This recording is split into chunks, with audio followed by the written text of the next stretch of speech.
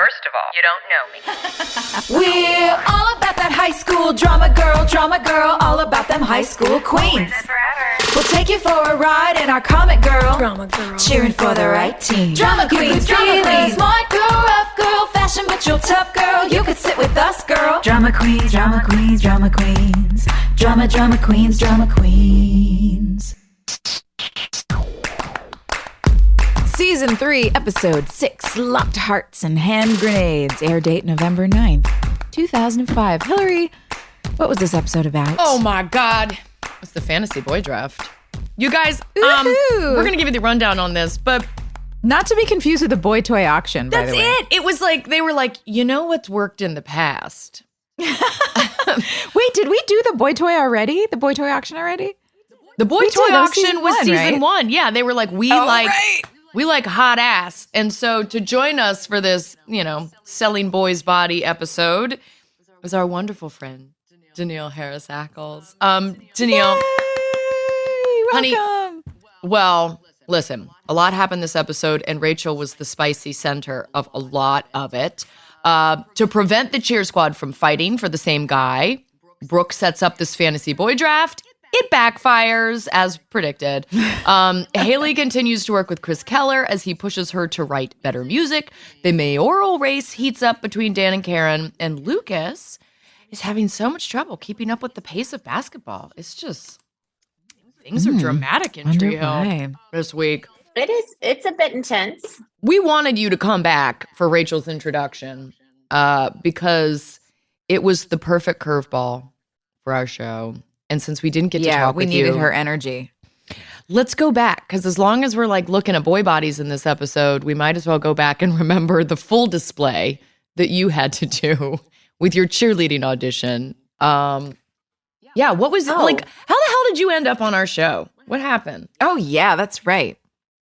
Yeah, well, I auditioned, but when I auditioned, I didn't have to do that dance. There was no... look, full disclosure, I was a cheerleader, but I was always the one that was like in the back row, and I was a base. Same. Which means I was like the lifter of girls, and I was like never the one who could follow along with the steps, and I was always the one who was like counting along with my mouth. 1, 2, 3, 4. Like I was always that person. So it's like the kid in the play that's always mouthing other people's lines to them. Yes. Yeah.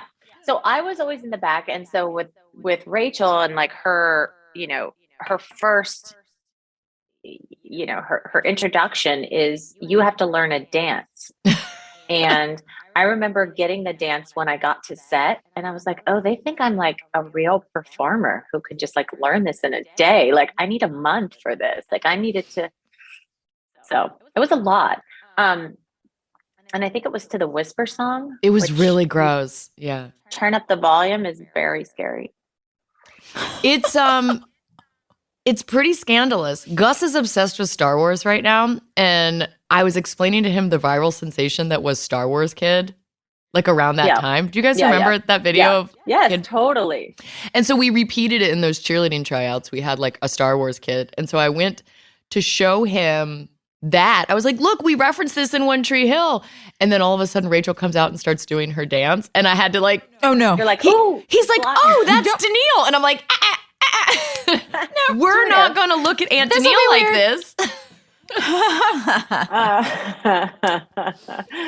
Yeah. Oh my God. I don't remember how many times. I saw you this weekend and you told me you auditioned for a different character. Yeah. First. So I auditioned for Brooke.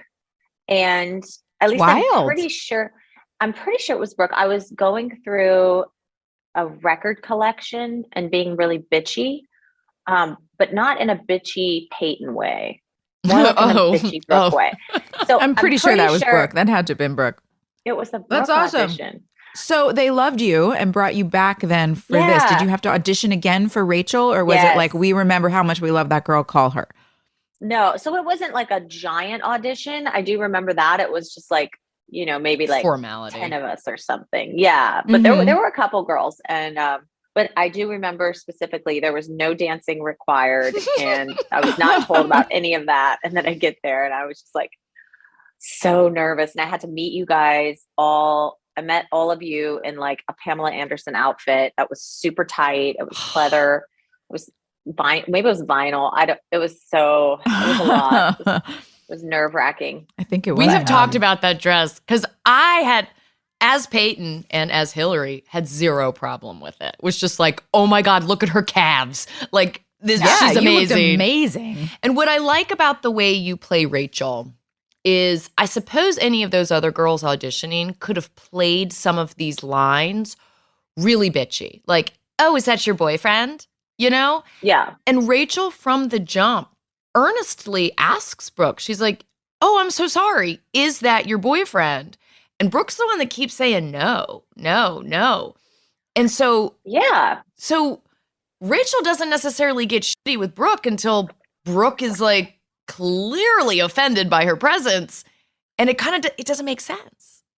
It's like, cool it really to you. Feels like it's kind of all on Brooke right now. I mean, and Rachel's seems to be having a little fun with having fun with her about it because she's clearly so bothered and Rachel is clearly so not bothered. Mm-hmm. But, when you see somebody that's all worked up about something, it's fun. You're like, Joy, do you like to push a button here and there?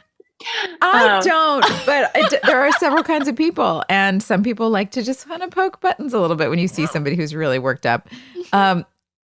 I don't know. This whole episode, I'm like, Rachel's so nice. She's so friendly and genuine. Well, I don't know. Why is Brooke so mad? I was, who was it? I was really into Ivana Chubbuck, the acting coach. She was like a famous acting coach. I think she's passed away now, but she wrote this really great book. And I remember specifically for this audition, I went back through her book and I used some of her techniques. And what I discovered with Rachel is you never needed to play Rachel bitchy. And if you did, that no one was really going to respond to her because the lines by themselves were so terrible that if you didn't say it with a smile or didn't say it with like, I always gave Rachel the backstory of, her parents traveled and she has been in 1,000 schools and she expects to leave Tree Hill. She does not expect to be there. She's there. And how old was it? Like we were sophomores or? I think we were the junior year because we have one more year left of school. Yeah. Okay. So, I mean, she was just like, well, this is like, I've spent 2 previous years in different schools. Now I'm going to be here for just a second. And I wasn't supposed to be a series regular. I was only a recurring guest star. So it played into my backstory that was in my head of like, I'm just popping in here for a minute. Like I do every school. Yeah. And it's more fun. I'm just like, what? Like, okay, y'all are going to get all serious. Everybody's worked up about this, but I'm going to leave in a minute. So it doesn't matter. I don't need to invest too much. So her lines to me were always just kind of, they needed to be more flippant, more like, oh. That's so smart. And it tracks when I watch your performance. I see that choice. Oh, it's senior year. Like we just had that big like beach party where we're like, it's our last year of high school. That almost lends itself to being flippant because it's like, guys, we're out of here. Yeah, don't be babies. Yeah, you and your little boyfriends. How cute. Yeah, you're not going to know them. And Rachel would never know anybody long term because of moving so much. So it she doesn't develop those really strong relationships. And I think later on, not to be a spoiler, but I think that's why she holds so close to mouth when they do become friends. Because that really was her only true friend at Tree Hill. Brooke a little, but it got good and then it seesaw. Yeah. What was high school like for you for real? I mean, I know that I told on you. I told the other girls that you were a pageant queen.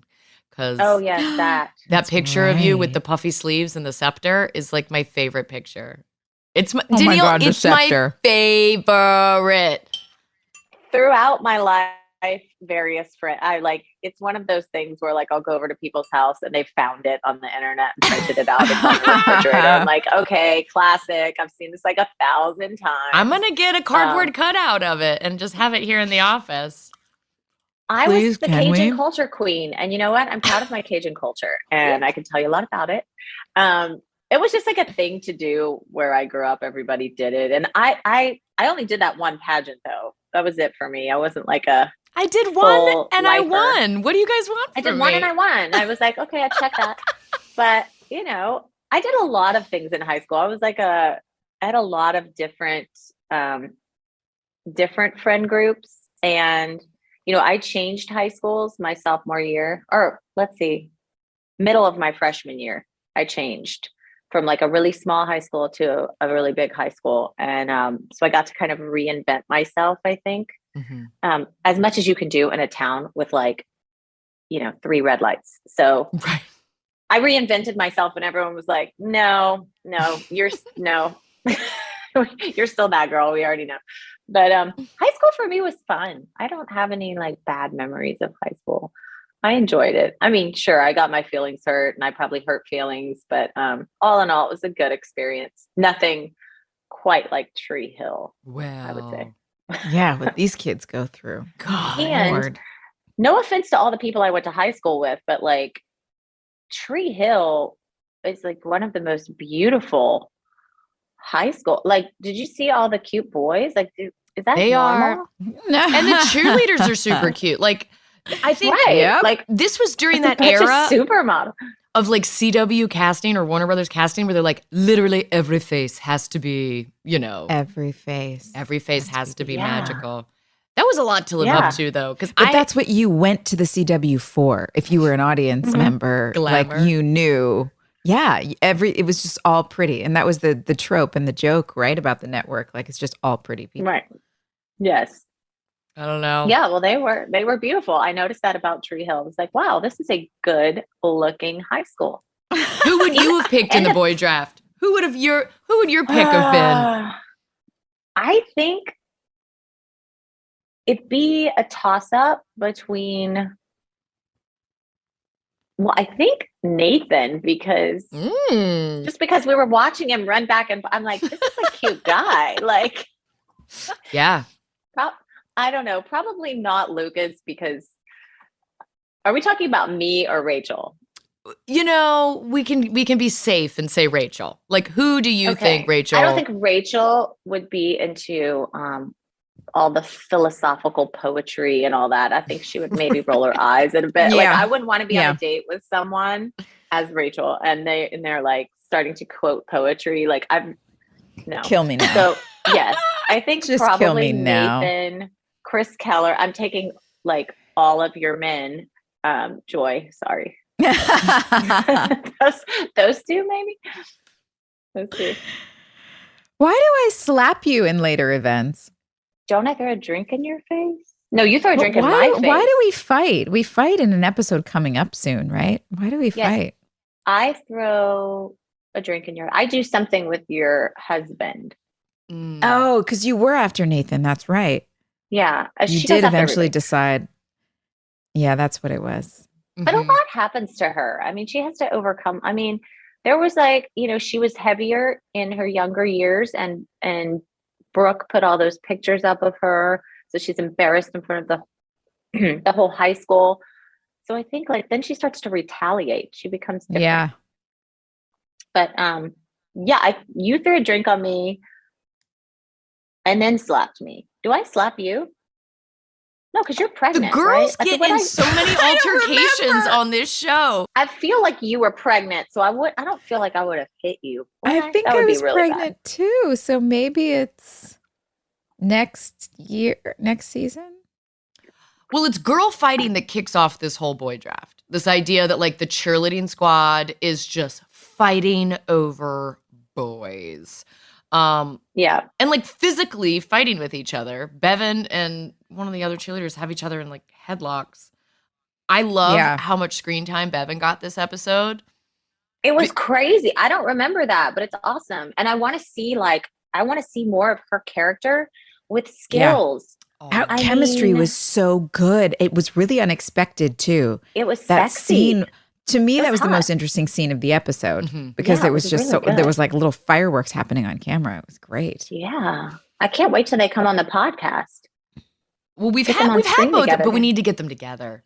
They're both great that would be fun. comedic actors. And usually on our show, we use our comedic actors to lighten up the straight men. So like Lucas would get paired with Skills to lighten the fuck up. Right. You know, Peyton gets paired with people to lighten up. When we have these scenes where we've got two great comedic actors working together, that's why the Skills Barbara stuff is so good. It's so down fun. the road. Yeah, no, it's you good. know, we don't get to do a lot of it. It's usually just kissing and crying. Every once in a while, I want to giggle. Make me laugh. No, but I agree. I really liked that. It was good. It was very sexy.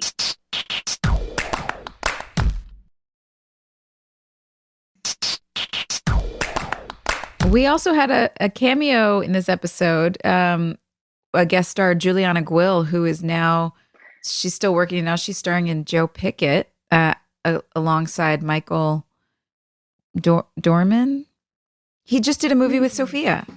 Oh, that's right. Okay. He did that one in the motel song. room. Yeah. Yeah, I can't remember the name of it. Yeah. She was great. I remember her, like, in this specific episode, the director, for some reason, kept making her say that line, Skills to Bevan. Yes, over and over. And like, I just remember that in my head. Like, the minute she said Skills to Bevan, I had like a traumatic flinch. I was like, oh God. I just remember sitting on that couch and something was going wrong. I don't know if it was like technical or whatever it was, but it was like, she kept having to say that line, and then she ended up like being so upset. You know, it was just, I remember that room being just a bit difficult that day, but she was great. And she went out and did a movie after that was kind of big. It was like a high school film. Oh, that's cool. I love seeing people who are still working in the industry and still like making stories and making great movies pop up, but in their early beginning days, pop up on our show. She was also in like Friday the 13th. Yeah, I was going to say. With Jared Padalecki. Yeah, because I remember cool. going to the premiere of that and seeing her, and I was like, oh my gosh. So yeah.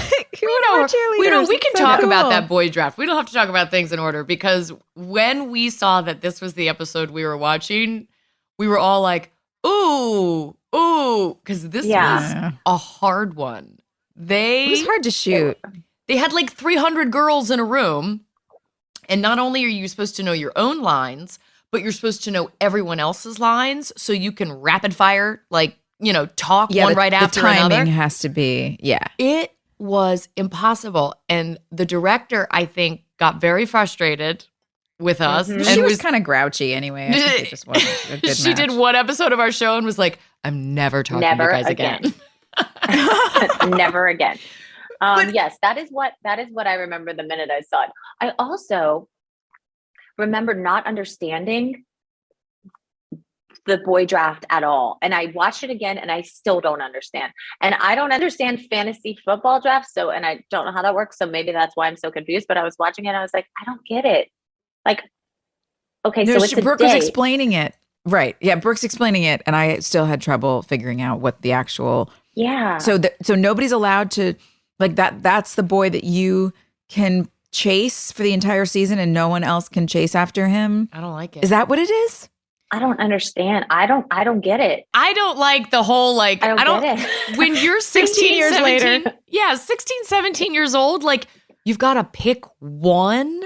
You know, like, you're supposed to be chasing 3 or 4 at any given time when you're 16 or 17. It's like a real live version of MASH.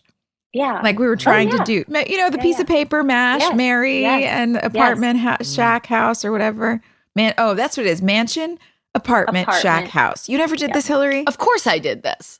Of course. But I was always like, I want to live in a castle with bats and, you know, like, you know, I want to marry a vampire.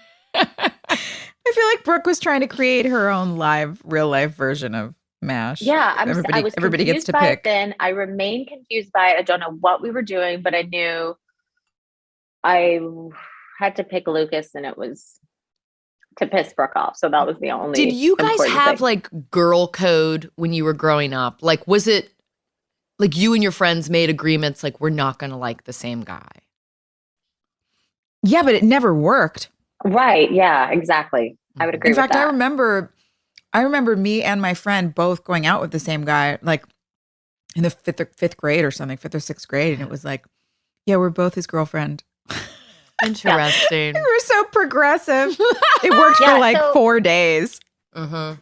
Yeah, in high school, I just was in a very small town, so by nature, you were going to date somebody that somebody else had already been with. But sometimes that's good because you can learn a lot before you get into that relationship. So my best friend and I dated guys in college. So our senior year, we dated college boys, and they were best friends. They had graduated 2 years before us.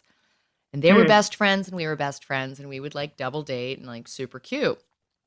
Until Did your parents know? My mom would have killed me. Yeah. Oh my God, but me we'd too. grown up in the same town. We'd known these guys since we were little. Like, it's not like they were like mysterious older guys. I'd known them since they were like, nerdy fifth graders. Although immediately after graduating high school, my boyfriend was 29 and I was 18. Yeah. Guys, come on. I was like, It's like you and Cooper. I dated a 28-year-old when I was 19 too. It's poor choices.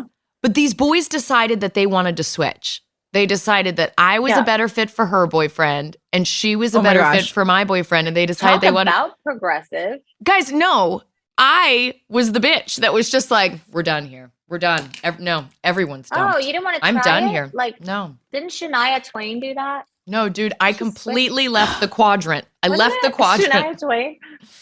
Oh, that's right. Shania Twain. Wait, they do-si-doed spouses. Yeah, they did. With who? They did. With who? So her husband started cheating on her with the best friends. They're the little couple they were best friends with, I think. Yeah. Y'all. Mm-hmm. We have to go back and look. But then the other two were kind of like bonding with each other about it or something. And then they started, there was something. And so now is that the situation? They just did a full switcheroo and now everybody's happy again. There's still dinner parties. It's still just like. I don't know how happy it is, baby. Yeah, I don't know if they hang out necessarily. Do-si-do. But disclaimer, none of us know Shania or anything about her life. But if she wants to come on and tell us all about it, we're totally game. Yeah, Shania, come explain. Yeah.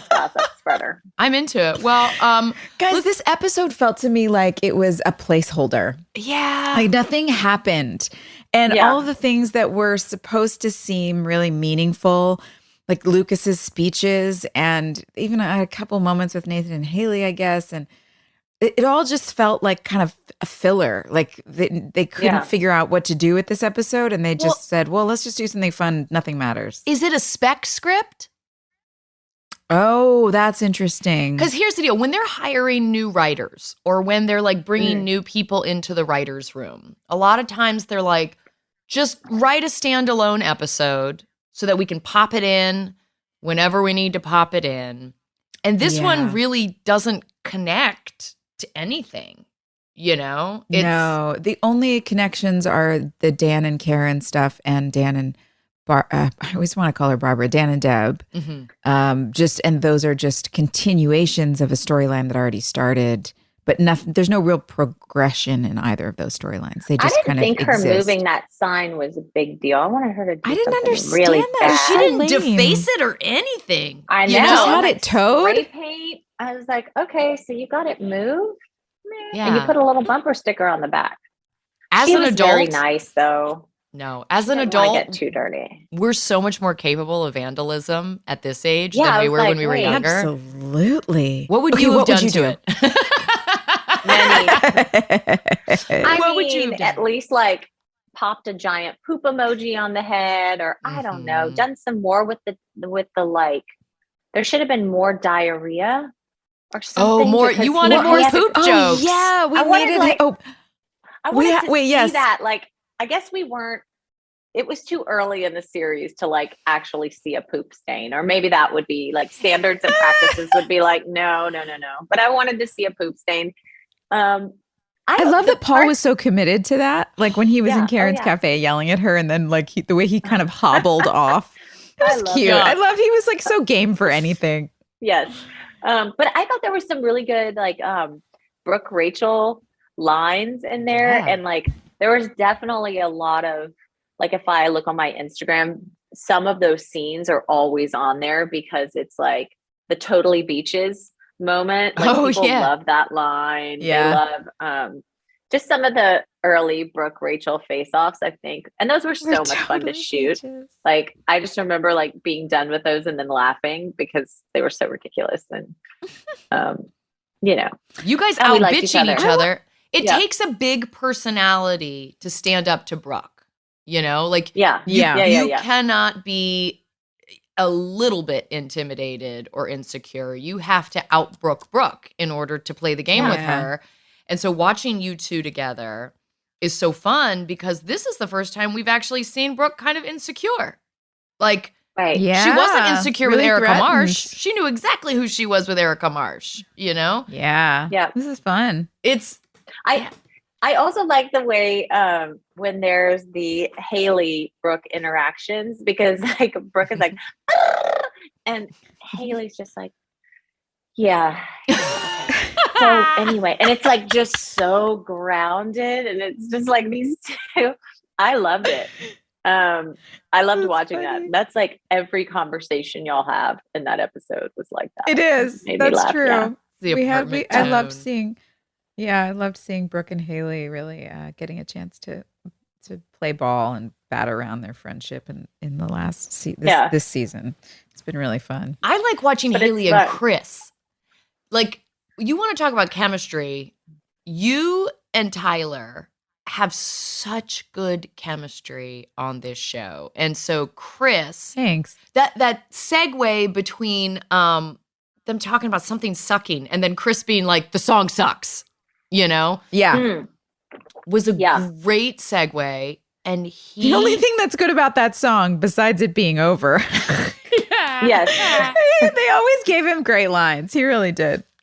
He had And the same hair as me in that episode, hair color. I didn't remember his hair. I didn't remember his hair being red. I don't know why. I always remembered just it being like, I it think might it's have just been the lighting light in that the studio. room, but it's it the has tint like of orange. the filter. Yeah. he Yeah, had, there was like orange a hair. neon, like a neon sign in that room, I Yeah. think. No. But he is a good catalyst for Haley. The conversation that you Yes. guys have in the recording studio is great because he's doing exactly what Nathan wants him to do. And that's Yeah. to push her and get her to stop lying or stop pretending or being safe. And it is weird that he's the only person that can do that. And then when he comes into the cafe and he puts her name on the board. I totally forgot about that. Wait, what? No, I thought you did that. No, when when Chris. Oh no, she's talking about earlier when Chris came in and did that. okay. Yeah, that was Yeah. really sweet. And I love the Scott at the end. Oh, you know what made me think of that because they it made me think of wanting to explain to the audience how they get those shots because the shot of Haley putting the Scott sticker on the map transitions into a shot of the Scott letters on a locker or a jersey or something. Yeah, it's his, But yeah.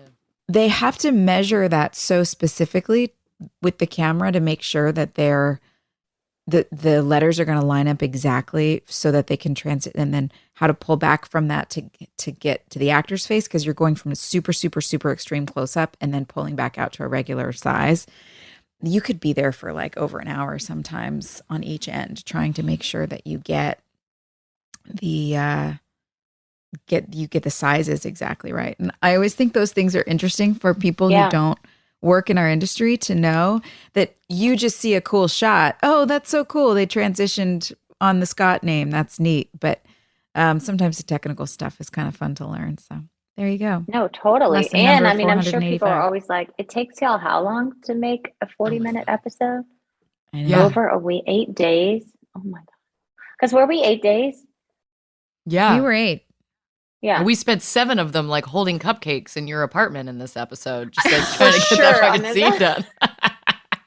The cupcakes. Okay, so listen, the props department is who supplies the cupcakes, right? They have to go out and get all the fake food, but they didn't get like 300 cupcakes for all 37 of these girls to eat in every single take.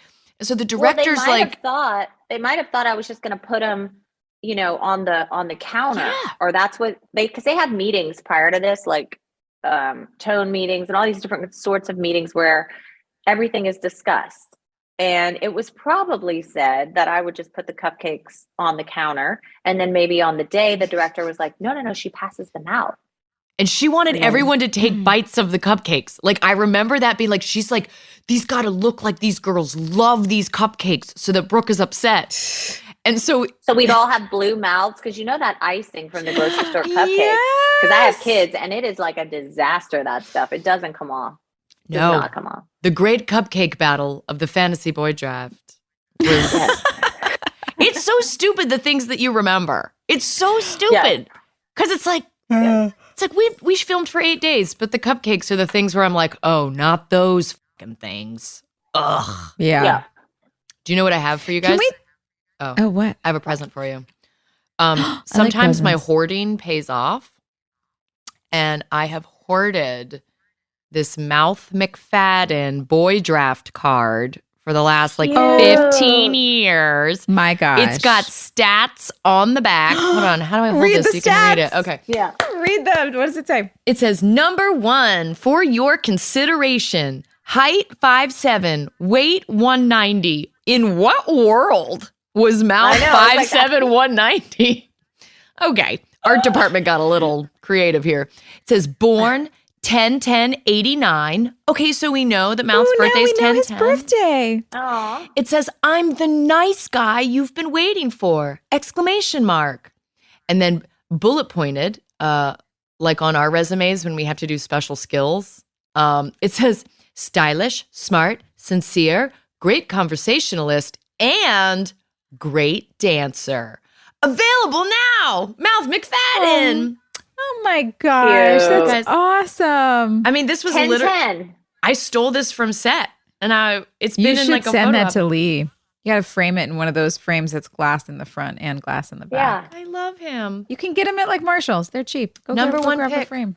He's a number 1 pick, guys. No, she's a hoarder. She's not going to give that to Yeah, him. Joy, there's Let her- no way in hell he's gonna get it. I'll maybe take a screen grab and send it to him. But Yeah. I'm gonna be She's giving up 95 years old. Like, let me tell you, kids, about the Fantasy Boy Draft, the cupcakes. You got to get him to sign it and then still keep it. Ugh, That's a I classic love move. him so much. By the way, he really is the best dancer. That's attractive. He is. He's a great dancer. Yeah. It really is. It makes a difference when a guy knows how to dance, doesn't it? Yeah. It's nice. Okay, so what were you gonna say before I interrupted you with my totally sweet trading card? I was going to say, well, there's two things. A, I really want to go back to figuring out what we would have done to destroy Dan's campaign, because I think that's such a fun topic. But also, why the hell does Lucas care so much about being on the varsity basketball team? Yeah, that he's willing to risk his life. What is going on? Well, I think he said in the episode that he'd never felt like he had fit in before. And he'd finally found a group of people that, supported him, and he felt safe and all of that. Didn't he say that? He did, but I mean, it's not like he's hanging out with the bros. It's not like he's like got a connection with the team at all, and all the girls still want to hook up with him. So it's not like not playing basketball is going to ruin that. If again, it feels like a spec script. It feels like a standalone thing where it's like Lucas just really has to care about basketball so much.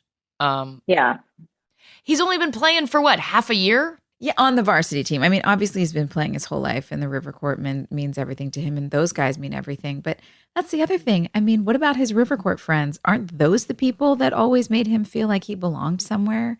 So why is he suddenly all obsessed with the jocks at the high school who were always assholes to him?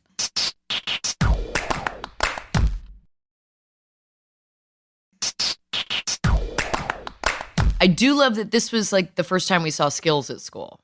About time, Was it? Yeah. One of the first. I mean, if it's not the so first, too. it's the second. Which is And weird. he came in hot, which I liked. Yeah. Oh, yeah.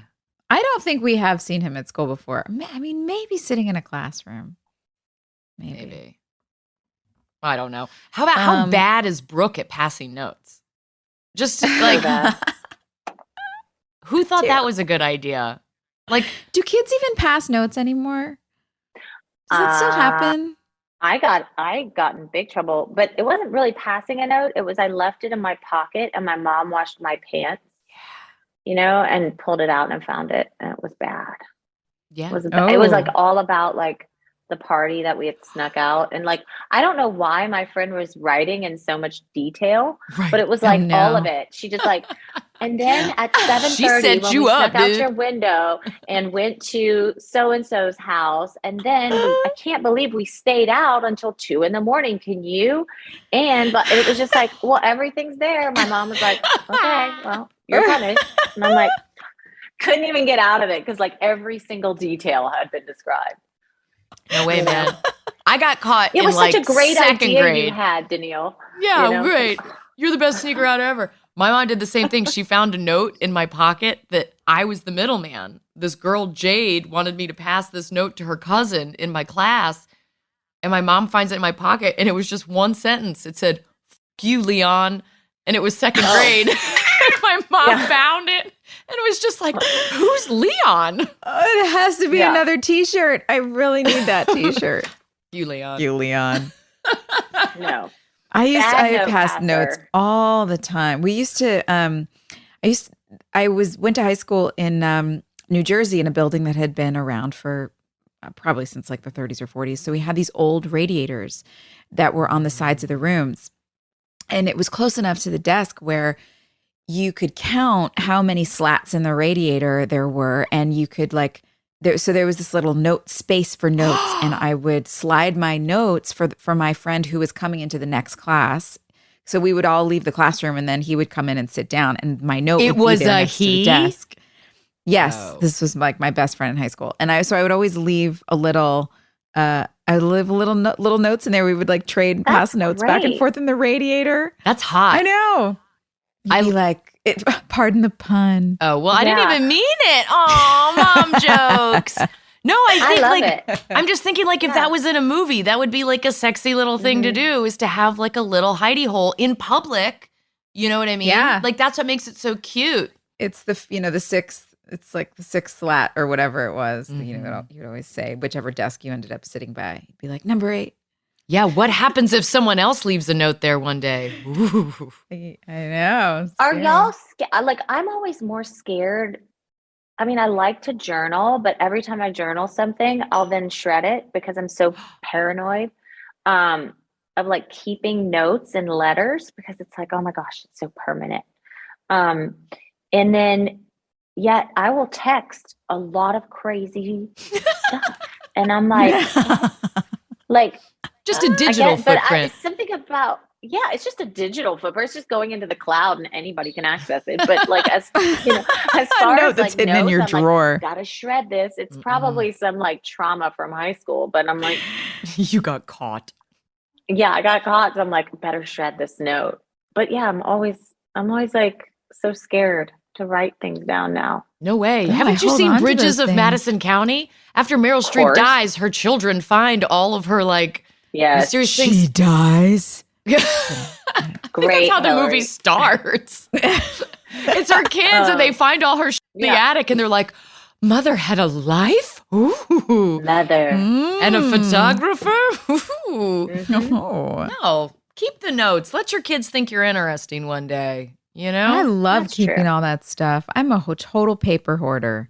There's a lot of stuff that I'll throw away, but paper, I have bins of note cards and greeting cards that people have given me from birthdays and things from 20 years ago. Oh, yeah. I keep all that stuff. I have a box full of notes from high school that I pass back and forth with my friends. That's not true. Hilarie, I have a birthday card you gave me for my 26th birthday. Aww. And if I ever come on this podcast again, I will bring it, because she would draw like elaborate pictures. Remember you, Joe? And you were like, "Don't worry, you're not too old." Because I was like the oldest one, and I was always like, "Don't worry." What a dick thing to say. I was always like, "Oh, so old, like compared to everybody else." God, I'm so old.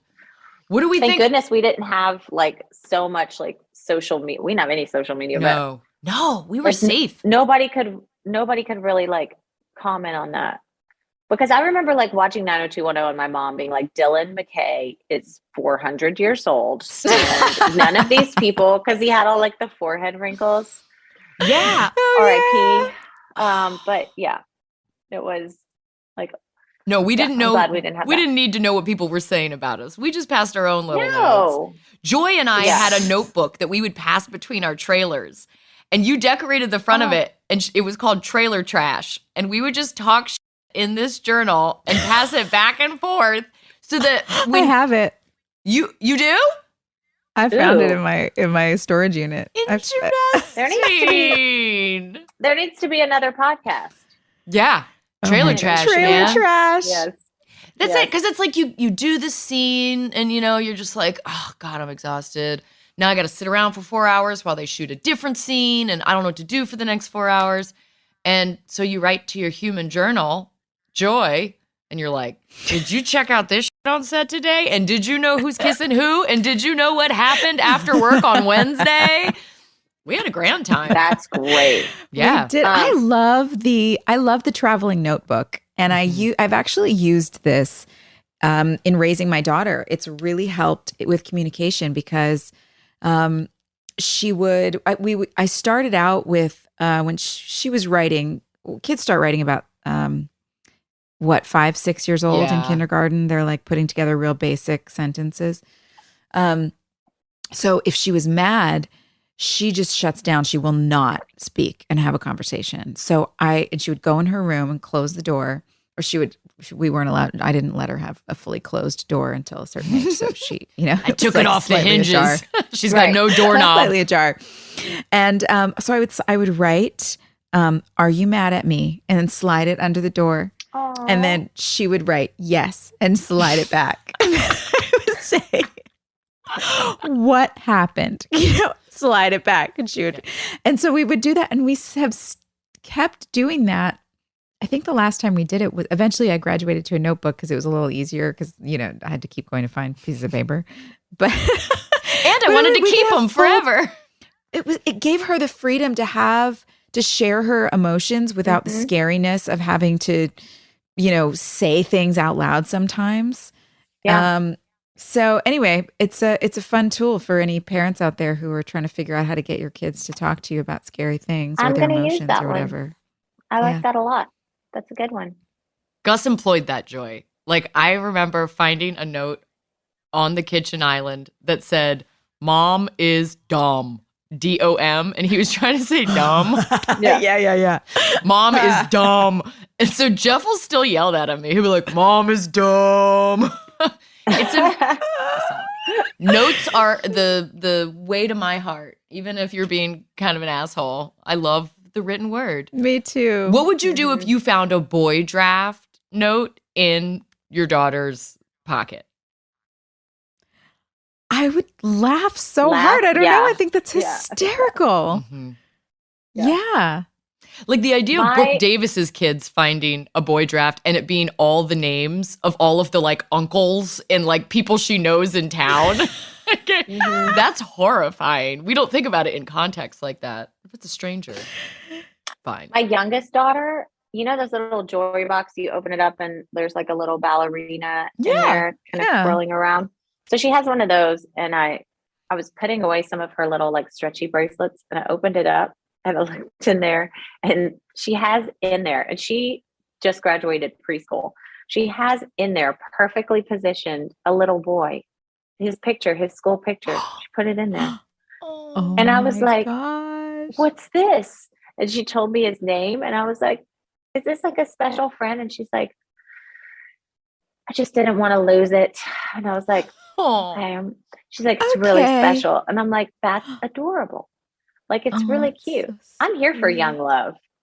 Me too. I love it. It's fun. Oh man, it's the best. You're never too young to have a crush, I don't think. It just means you like people. Well, this new generation, Jeff and I don't understand. We were both like in love from preschool on. Like, I have been in love my entire life. Jeff was in love his entire life. Gus is like computers. Do you know what I mean? Right. Kids now are just like, I don't know. That seems like work. You guys are a lot. This is really intimidating. I don't understand that. Yeah. Can I find love in Minecraft? Whatever. One of mine. So at least we know one is a romantic. Mm-hmm. I was like, that's great. Is the older one That's fun? Is she No. a flirty girl? No, she's serious. No, she's very serious. Like not a flirt. No. And I don't really think any of them. My 9-year-old recently had a slumber party, and I mean, third grade slumber parties, we were talking about boys. They did not mention one boy. Interesting. Oh, wow. Well, that's good. They're evolved. We were just like monsters. Yeah. Yeah. No. They did Yeah, each I was other's makeup, which obsessed. was hilarious, but not in a serious way. They like blindfolded each other and did it all That's like so crazy. cute. See, that's Yeah. what we should I have been love doing at the that. apartment. Yeah.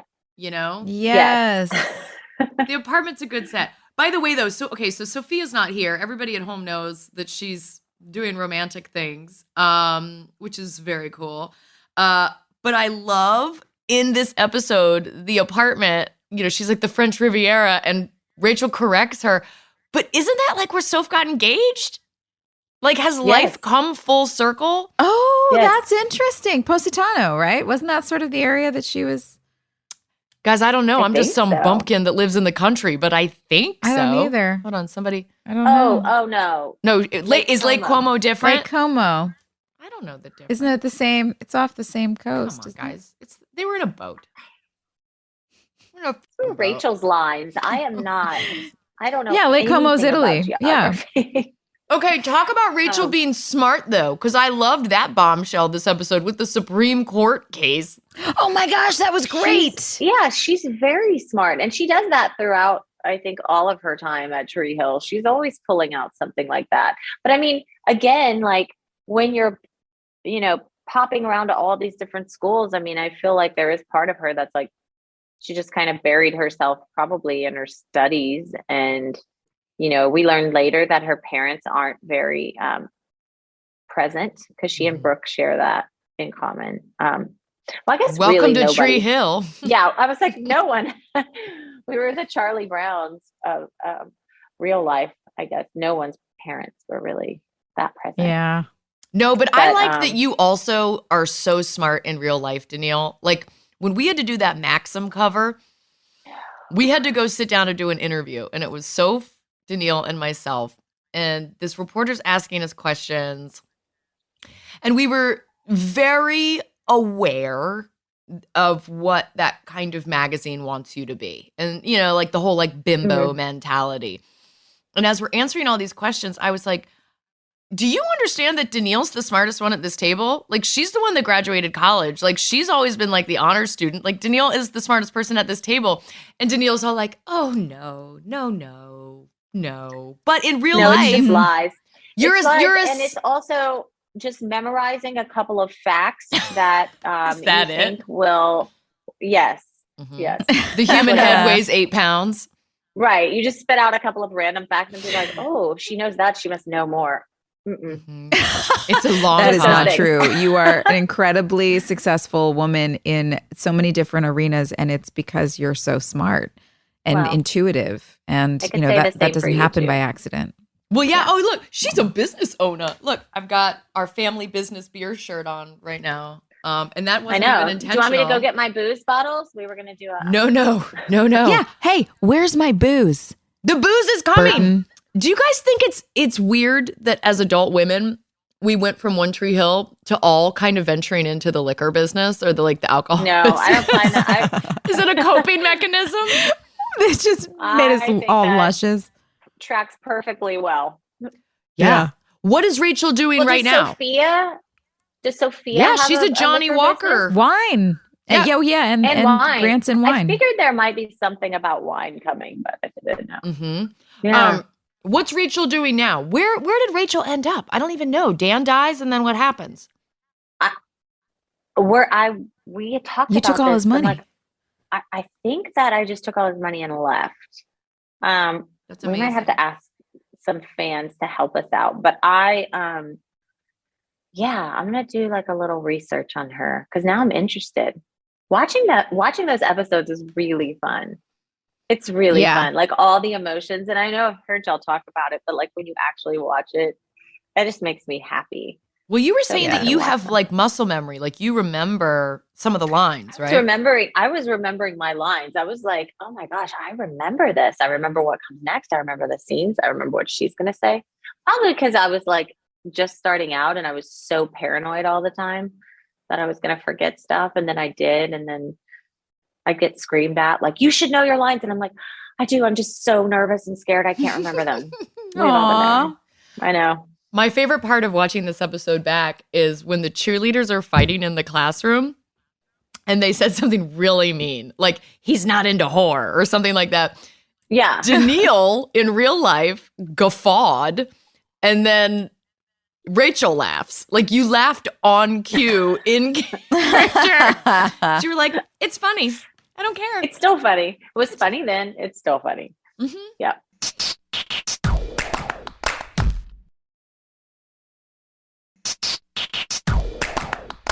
Should we do some listener questions? I think we have a couple. I like listener questions. Okay. There's a question about musical theater and then another question about, I like Ariana's question. Let's start with this one. She says, was it hard to be mean to someone when your characters didn't get along and you actually adore the real life actor? For example, what about Tyler Hilton and James Lafferty, Sophia Bush and Danneel Ackles? Oh, I think it was fun. We kind of talked about that a minute ago. Like it was so fun. And I remember just like Soph and I just like busting up laughing like right after those scenes. Cause it was like hard. It was hard to keep a straight face and do those. Yeah. That was one thing I remember because like you had to be so intense and Sophia is like, so like, Brooke is like so over the top and so fast and all this. And you want to laugh anyway, because it's funny. Like she's funny when she's doing it. And I just remember it being like hard not to laugh. But, that's it. It's hard not to laugh. Yeah. Because it's just so absurd how it's so crazy. To be mean to someone that you really love. That's it's hard. It's just so ridiculous. I think it's way more awkward when you actually hate the person. Because then you have to pretend like you don't in between scenes. And you're like, oh, yeah. Great work today, fucking asshole. You know what I mean? Yes, you're right. That's way more awkward. Yeah. Yeah, when it's your friend, go all out. Fine. But if they have an inkling that you don't like them, you have to pull the performance back a little bit just for the sake of politics. Yes. Yeah. Bring it back. It's true. All right, we have another question from Jackie. As a huge musical theater nerd, I love when y'all talk about connections to the theater and your love of it.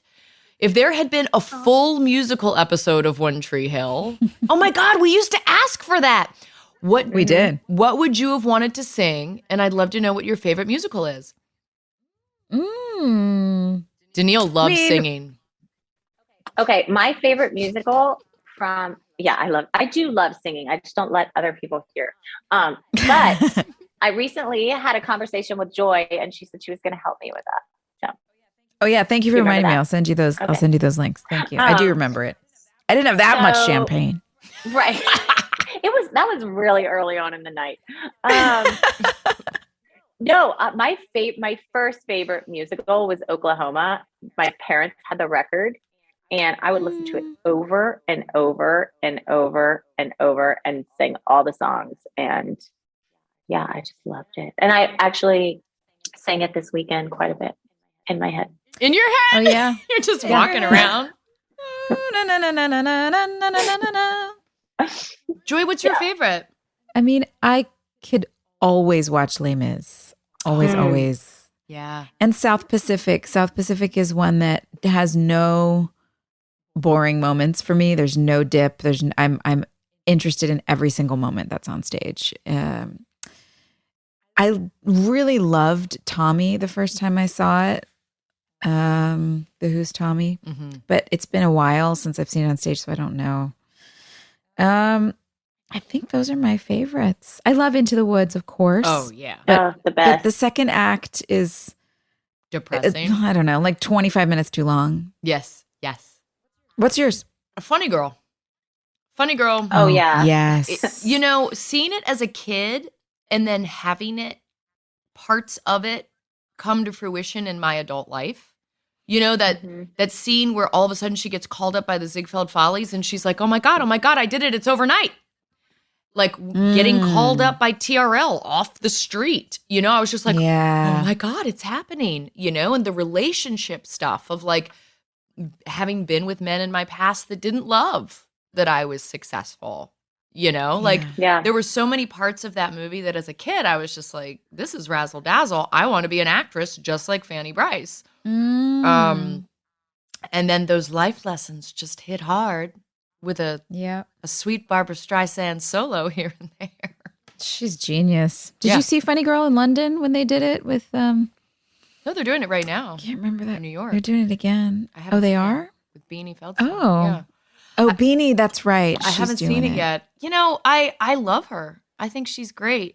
Normally when I go to the theater, I take my son, and so I don't know how into Funny Girl he is. I actually promised him we're going to go see Little Shop of Horrors. Yay!